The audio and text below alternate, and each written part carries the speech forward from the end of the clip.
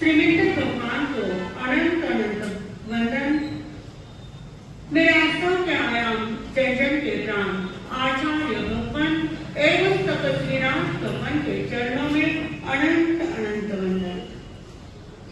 मुक्ति का पथ दिखाने वाले पूज्य गुरुवर्या के चरणों में अनंत अनंत वंदन। मंच पर विराजित ज्येष्ठ गुरु भगनी के चरणों में अनंत अनंत वंदन। धर्म सभा में उपस्थित धर्मानुरागियों, भाई और बहनों, परम पिता परमात्मा की वाणी जीवन को पवित्र करने वाली है, लेकिन वह परम पिता परमात्मा कैसे, जो आदि व्याधि और उपाधि से रहित है। शब्द सुने ना आपने, आदि व्याधि और उपाधि। आदि यानी क्या बता सकते हैं आप? आदि यानी नहीं, आदि यानी सुभाष जी आप बता सकते हैं? आदि यानी नहीं, बहुत बार सुने, आदि व्याधि और उपाधि। आदि यानी नहीं का दुख, अभाव का दुख। वो हमारे परमात्मा तीर्थंकर भगवान कैसे है? आदि व्याधि और उपाधि से नहीं थे, लेकिन आदि यानी क्या कि अभाव का दुख, यानी नहीं का दुख। कोई मुझे घर में सम्मान नहीं दे रहा है तो क्या होता है? दुख होता है। बेटा अपनी बात नहीं मानता है तो क्या होता है? पैसे नहीं मिल रहे हैं, अपने हाथ में पैसे नहीं आ रहे हैं तो क्या होता है? दुख होता है। यानी अभाव का दुख, नहीं का दुख, उसे कहते हैं आदि। दूसरा है व्याधि। व्याधि यानी शारीरिक दुख, शारीरिक मानसिक दुख को क्या कहते हैं? व्याधि। आदि व्याधि और तीसरा क्या है? उपाधि। कोई बता सकते हैं उपाधि का अर्थ क्या है? नहीं, उपाधि यानी है लेकिन उसका दुख है। पहला जो है नहीं का दुख, दूसरा शारीरिक और मानसिक दुख, और तीसरा है लेकिन उसका भी दुख है। कर्जा सर पर है लेकिन क्या होता है? बिगड़ा है पर बेटा है पर क्या है? गलत संगत में गया है तो क्या होता है? दुख है। बहू है लेकिन सुनती नहीं है, अब मानती नहीं है तो क्या होता है? दुख होता है। यानी एक नहीं का दुख, एक शारीरिक मानसिक दुख और है का दुख। इन तीनों दुखों से रहित, आदि व्याधि और उपाधि से रहित जो तीर्थंकर परमात्मा होते हैं, उन तीर्थंकर परमात्मा ने कहा है मोक्ष जाने के 4 कारण बताए हैं। दान, शील, तप और भाव। हर बात सुनते हैं आप? दान, शील, तप और भाव। फाउंडेशन क्या है? दान। यदि दान हमारा फाउंडेशन मजबूत होगा तो ये तीनों शील, तप, भाव भी क्या होंगे? हमारे मजबूत हो जाएंगे। तो दान, प्रभु ने बताया कि दान कैसे करना, क्यों करना और किस लिए करना। 3 बातें बताइए। दान क्यों करना, दान किस लिए करना और दान कब करना।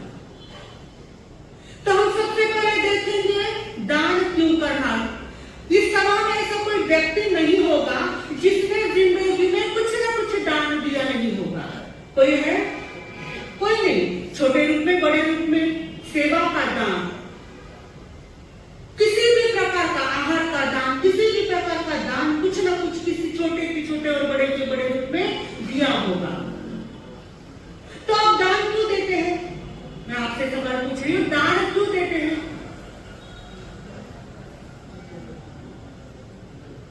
दान क्यों देते हैं? अरे तुम पुण्य कमाने के लिए दान देते हैं ना, सद्गति मिल जाए इसलिए दान देते हैं।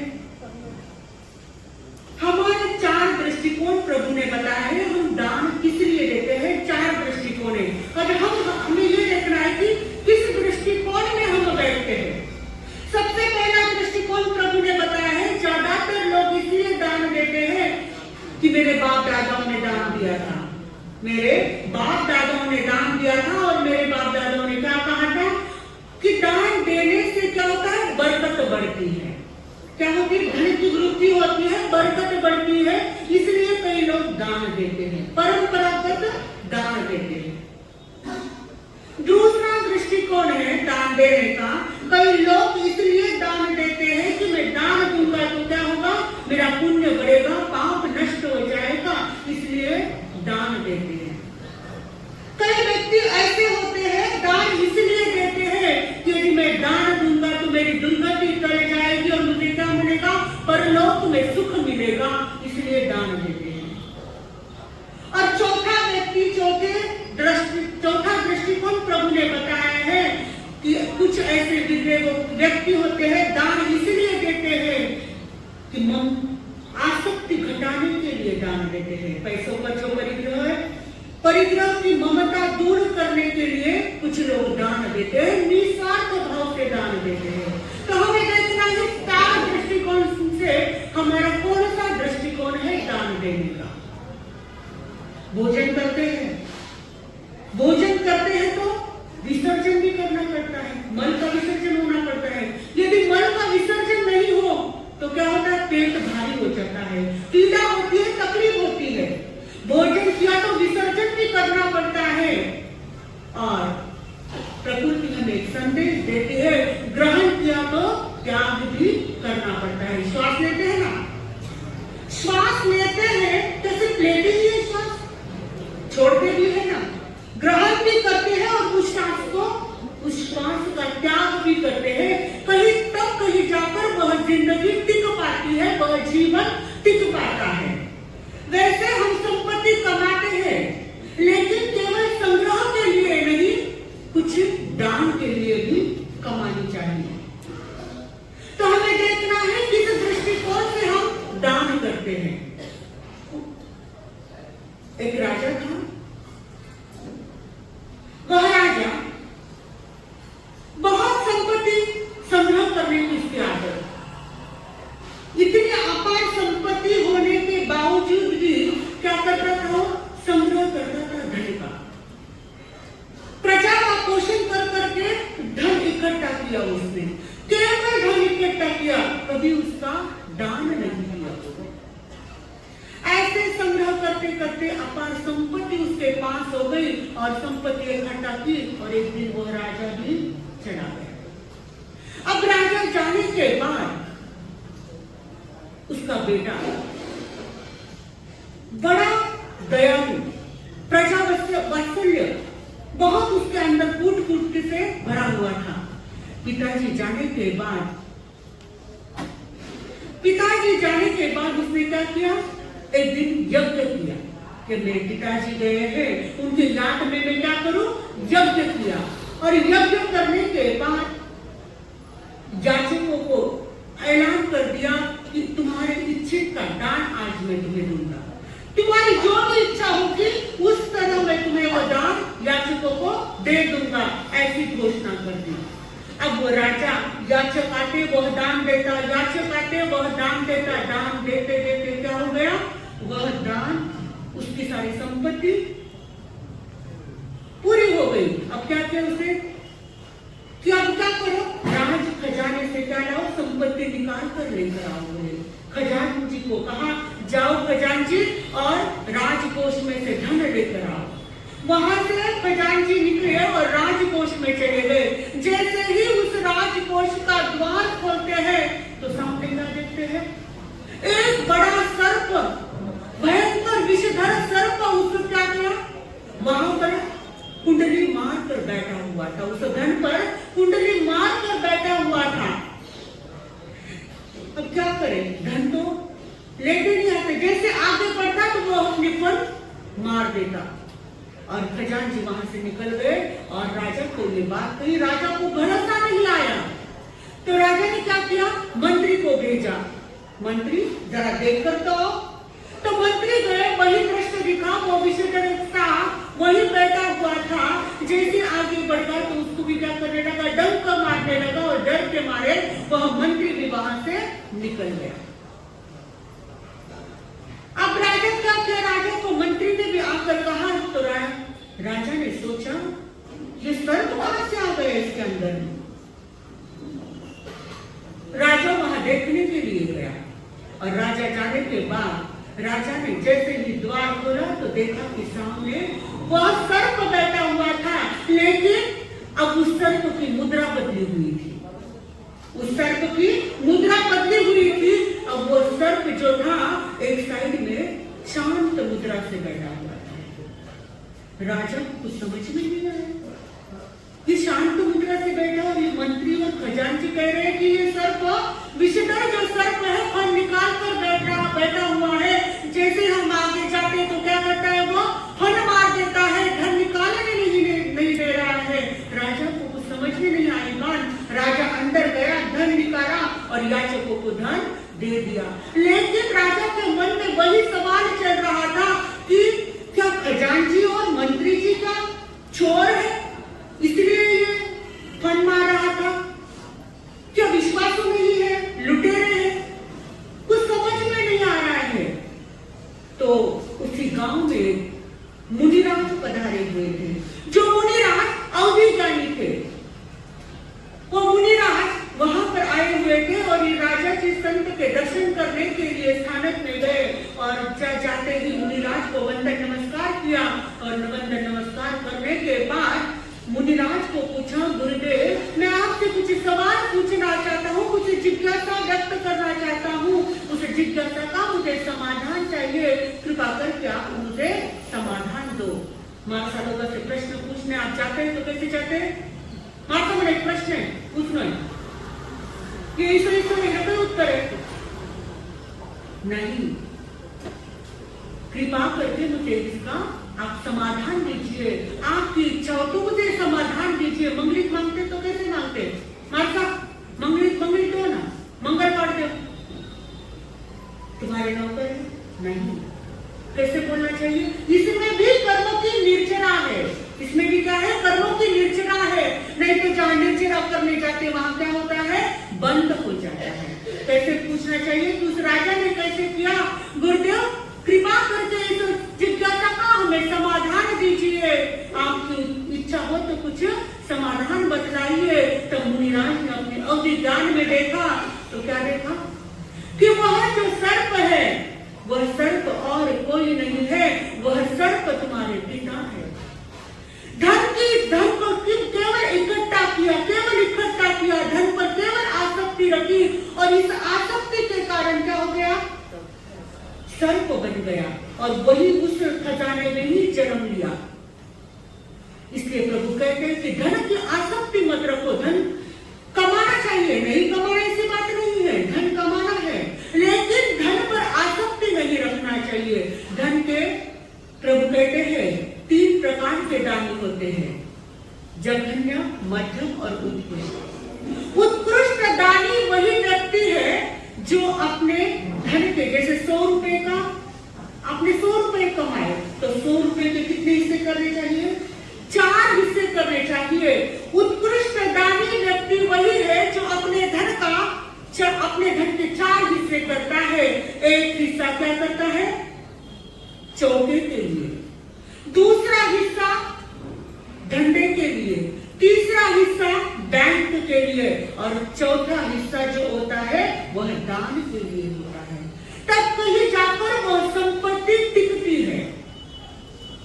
और मध्यम जो दानी व्यक्ति होते हैं वह अपने दान के 5 हिस्से करता है। क्या करता है? जिससे जैसे 50% इसने क्या किया? 25 इसमें घर में और 25 धंधे में, यानी 50 अपने को रखा। तो दूसरा व्यक्ति जो होता है मध्यम दानी होता है, 60% अपने घर में धंधे में लगा देता है, और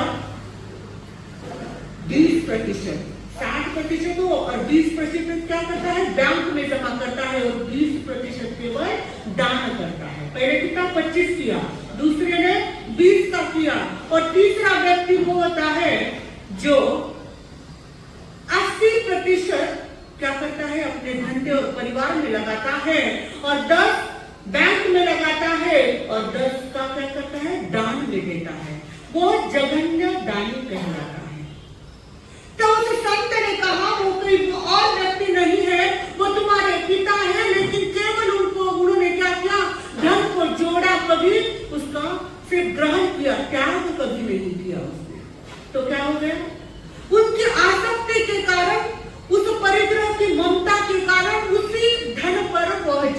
किया, सर्प बनकर राजा था, गति कैसी बिगाड़ी, आसक्त बनकर गति कैसी बिगाड़ी, सर्प की योनि में जन्म लेना पड़ा।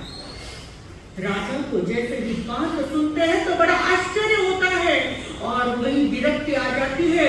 संत को कहते हैं, भगवान अब मैं इस सर्प का उद्धार कैसे होगा, इस सर्प का उद्धार कैसे होगा, क्या यह सर्प इसी योनि में बैठा रहेगा? संत ने कहा नहीं, इस सर्प का उद्धार होगा, कैसे होगा? तो तुम्हारे शब्द से इसका उद्धार होगा। जाओ इसको प्रतिबोध दो और प्रतिबोध देकर उसका उद्धार करो। वह मुनिराज को वंदन नमस्कार किया और वंदन नमस्कार करने के बाद कहा आया, उस सर्प के पास आया और सर्प के पास आकर कहने लगा, समझ कितने पूछे यार, समझ क्यों नहीं समझता है? कहा तो राजा था और धन की आसक्ति के कारण क्या किया, सर्प के योनि में आया, कभी दान नहीं किया, कभी धर्म नहीं किया, केवल संपत्ति जुटाने के लिए लग गया। अब तो सुधर, अब तो इस आसक्ति को छोड़ दे, धन का मोह छोड़ दे। ऐसे शब्द, मर्म भरे शब्द सुनकर उस सर्प को जाति स्मरण ज्ञान हो गया और जाति स्मरण में देखा उसने कि अरे पूर्व भू में मैं तो इस यहाँ का ही राजा था, लेकिन आसक्ति के कारण, केवल संग्रह के कारण क्या हो गया, मैं इस योनि में आ गया, कभी दान नहीं किया, कभी धर्म नहीं किया और यह योनि मैंने प्राप्त कर दी। उसको वो बोध हो गया और उसने वहां से आसक्ति हटा ली और उसने सर्प ने क्या किया, आत्म कल्याण कर लिया। हम भी केवल आसक्ति करते हैं, सभी नहीं, पर कुछ लोग इतनी आसक्ति करते हैं, दान में 10 रुपए डालने को कहा या 100 रुपए डालने को कहा तो 10 बार विचार कर लेते हैं, लेकिन मॉल में 1000 रुपए भी क्या होता है, कम पड़ जाते हैं। होटल में चले जाए तो 1000 रुपए क्या कम पड़ जाते हैं। धर्म के स्थान पर हम दान करते हैं तो हम क्या करते हैं, जमा बाकी लिखते हैं ना, डायरी बनाते हैं बैलेंस शीट की, तो क्या करते हैं, वहां पर इतना खर्चा हुआ, दान के लिए इतना खर्चा हुआ, उस बैलेंस शीट में हम लिख देते हैं। प्रभु कहते हैं, दान को खर्चे के रूप में मत लो, दान को खर्चा की संज्ञा नहीं देनी चाहिए, खर्चा का नाम नहीं देना चाहिए, तो दान को क्या करना चाहिए, बैलेंस शीट समझना चाहिए, मेरा बैलेंस हो गया। इस रूप में हम दान देते हैं, तब जाकर वह दान क्या होता है, फलीभूत होता है। 4 प्रकार, आपके पास लक्ष्मी है, आपके पास लक्ष्मी है, कितनी पुण्य से मिली है वो लक्ष्मी। व्यक्ति के पास, आपके पास जो धन संपत्ति है वो केवल आपके प्रयासों से नहीं टिकी है, वो धन संपत्ति केवल प्रयासों से, परिश्रम से, पुरुषार्थ से नहीं टिकी है, तो किससे टिकी है वो संपत्ति, तुम्हारी पुण्यवानी से वह संपत्ति टिकी है। लेकिन यह पुण्यवानी कब जागृत हुई है, जब पूर्व भव में तुमने कहीं तो भी दान दिया, कहीं तो भी कुछ धर्म किया होगा, तो तुम्हारी पुण्यवानी बढ़ी और उस पुण्यवानी से तुम्हें अनुकूल सहयोग मिले और उस अनुकूल सहयोग में तुम्हें क्या मिला, ये धन संपत्ति मिली। आपके पास जो दौलत है, एक बात हमेशा ध्यान रखना, आपके पास जो दौलत है वो संतों की बदौलत है। किसके पास बदौलत है, संतों की बदौलत आपके पास वह दौलत है।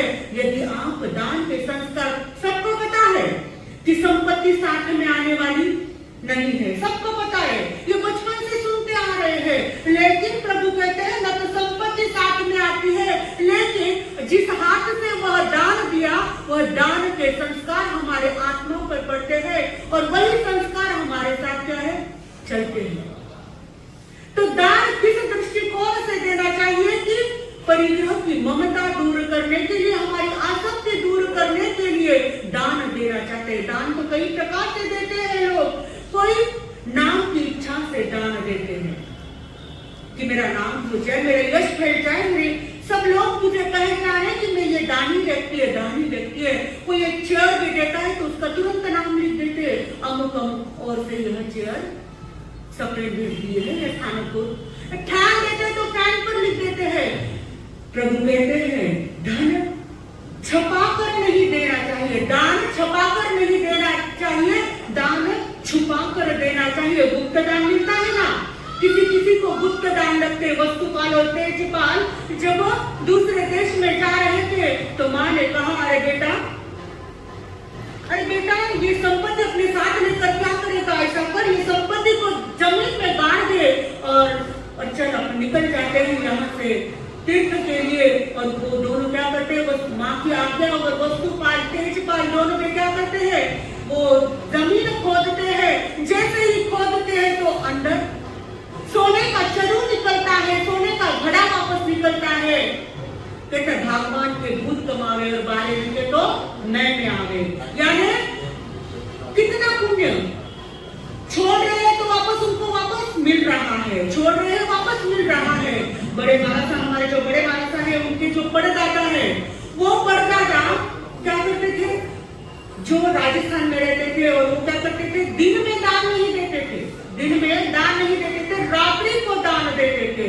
और क्यों रात्रि को दान देते थे, अंधेरे में दान देते थे, क्यों कि लेने वाले को भी क्या करे, जो याचक मांगने आया है उसको भी शर्म नहीं आए, उसको भी दीन न लगे, इसलिए वो रात को दान देते थे। और मुझे भी अहंकार नहीं आए कि मैंने इतना दान दिया, इस व्यक्ति को मैंने दिया है, इस व्यक्ति को मैंने दिया है, ऐसा अहंकार नहीं आए, इसलिए वो रात को दान देते थे। आपने रहीम जी का नाम सुना होगा, कबीर जी और रहीम जी का नाम तो आपने सुना होगा।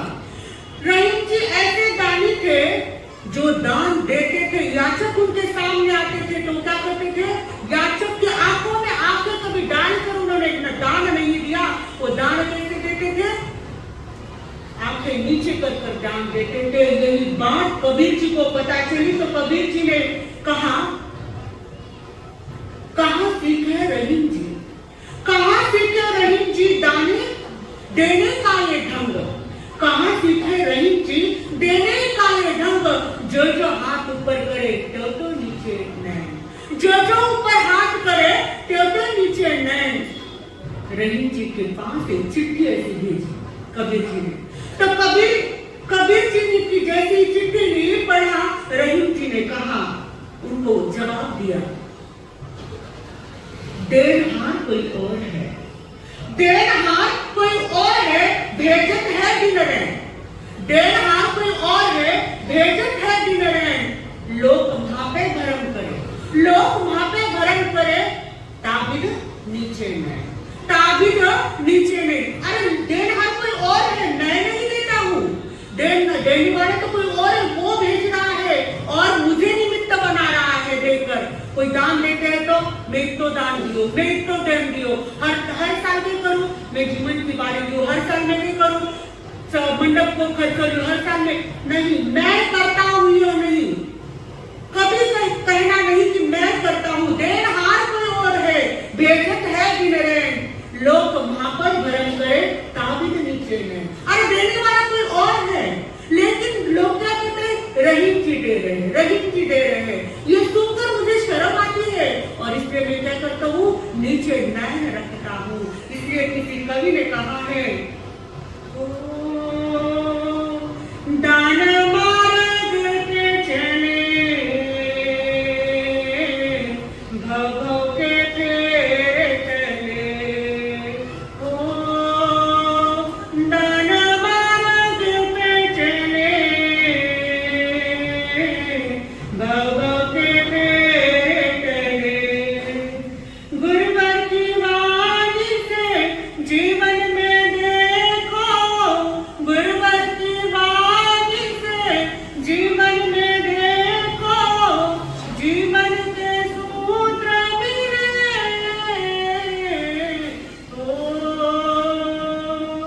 दान मार्ग पे चले, भवों के फेरे चले। दान नियम हो, कैसा समान हो, दान नियम हो। घर में छोटी सी वो आती है ना दान की पेटी, घर में से छोटी सी डब्बी रखना, वो पेटी रखना और बच्चों को भले 1 रुपया डालो, लेकिन रोज दान के संस्कार उस बच्चे पर पड़ेंगे या उसके आत्मा पर पड़ेंगे, देने के संस्कार। आज 1 रुपया दिया, कल 100 रुपए, कल उसके बाद 1000 रुपए देने के तो संस्कार पड़ेंगे ना। दे सकता तो केवल अपनी सेवा का तो दान दो घर में, सेवा का दान दे सकता है, औषधि दान दे सकता है, जैसे हमारे डॉक्टर हैं सेवा का दान देते हैं। कभी भी किसको जरूरत होती है तो तुरंत हाजिर हो जाते हैं, फोन किया तुरंत हाजिर। अरे आपके पास जिसकी शक्ति हो उस रूप में आप दान दो। यदि आप कुछ दान नहीं दे सकते तो केवल स्थानक में आकर भी आप दान दे सकते हैं ना, परोसदारी करो, ये भी सेवा का दान है। दान में संस्कार आपके आत्मा पर पड़ेंगे और वही संस्कार हमारे साथ चलेंगे तो इस बहु मरोवर्गों में सुख को प्राप्त करेंगे।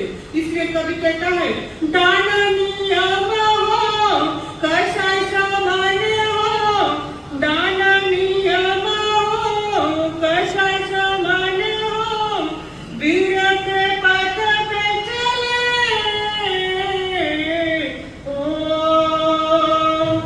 दान मार्ग पे चले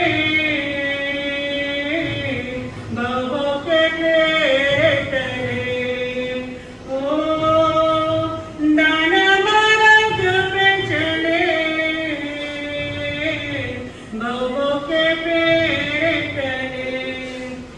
दे तो देवे भावना, प्रभु कहते हैं दे तो देवे भावना, ले तो करे संतोष। देने वाला भी कैसे देना चाहिए, मैंने पहले कहा था दान कैसा देना चाहिए, दे तो देवे भावना, ले तो करे संतोष। वीर कहे गोय माँ, अरे वीर कहे गोय माँ दोनों जावे मोक्ष, वीर कहे गोय माँ दोनों जावे मोक्ष। देने वाला भी संतोष की भूमिका से देवे और लेने वाला भी संतोष की भूमिका से दे लेता है, तब कहीं जाकर वह दान लेना और देना क्या होता है, सफल होता है। दान किसी ने कहा है उन्नतम मानसम यस्य भाग्यम तस्य समुद्रम, जिसका मन जितना उदार होता है उतना उसका भाग्य ऊंचा होता है, ऊंचा उठता है। आपको ऊंचा उठने के लिए अभी भी अवसर आ रहा है। तो पूज्य गुरु माता ने फरमाया है कि अभी क्या है, रक्षाबंधन आ रहा है और उस रक्षाबंधन पर आप उदार मन से उन दीन दुखियों की सेवा के लिए आपके पास से कुछ ना कुछ आपकी शक्ति के अनुसार आप दान कीजिए और वही दान के संस्कार हमारे भीतर में चलेंगे तो हम इस भव में और परभव में क्या होंगे, सुख को प्राप्त करेंगे। बोलिए भगवान महावीर स्वामी।